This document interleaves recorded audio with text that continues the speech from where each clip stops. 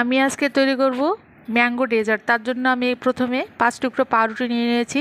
এরপরে পাউরুটির চারি সাইডে যে ব্রাউন অংশটা থাকে সেটা আমি একটা ছুরির সাহায্যে কেটে নিয়ে একটা পাউরুটি আমি 4 টুকরো করে নিয়ে একটা প্লেটের উপরে তুলে নিয়েছি। এরপরে আমি একটা বড় সাইজের আম নেব। আম থেকে যে শাঁসটা থাকে সেই শাঁসটা আমি একটা মিক্সিং জারে নিয়ে নেব, একটা পুরো আম।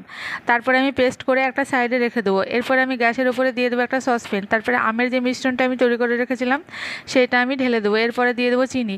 এরপরে একটা চামচ দিয়ে ভালো করে নেড়ে চেড়ে আমের মিশ্রণটা আমি তৈরি করে নেব। এরপরে আরেকটা সসপ্যানে আমি দিয়ে দিয়েছি লিকুইড দুধ মালাই তৈরি করার জন্য। মালাইটা তৈরি করার জন্য আমি এখানে গুঁড়ো দুধ ইউজ করেছি, তারপরে করেছি চিনি স্বাদ অনুপাতে। এরপরে আমি ভালোভাবে মালাইটা আমি নেড়ে চেড়ে তৈরি করে নিয়ে রেখে দেবো। এরপরে একটা প্লেটের উপরে পাউরুটির যে টুকরোগুলো আমি করে রেখেছিলাম সেগুলো আমি সাজিয়ে নেব। তার উপরে দিয়ে দেবো আমের মিশ্রণটা, চামচ দিয়ে আমি চারিদিকে ভালো করে ছড়িয়ে দেবো। এরপরে আমি ঠিক একইভাবে আমি আর একবার পাউরুটির টুকরোগুলো লেয়ারের মতো করে দেবো। তারপরে আবার আমের মিশ্রণটা দিয়ে দেবো। তারপরে আমি মালাই দিয়ে দেবো। ভালোভাবে আমি চারিদিকে ছড়িয়ে চামচের সাহায্যে মালাই দিয়ে দেবো। হয়ে গেল আমার দারুণ স্বাদের ম্যাঙ্গো ডেজার্ট।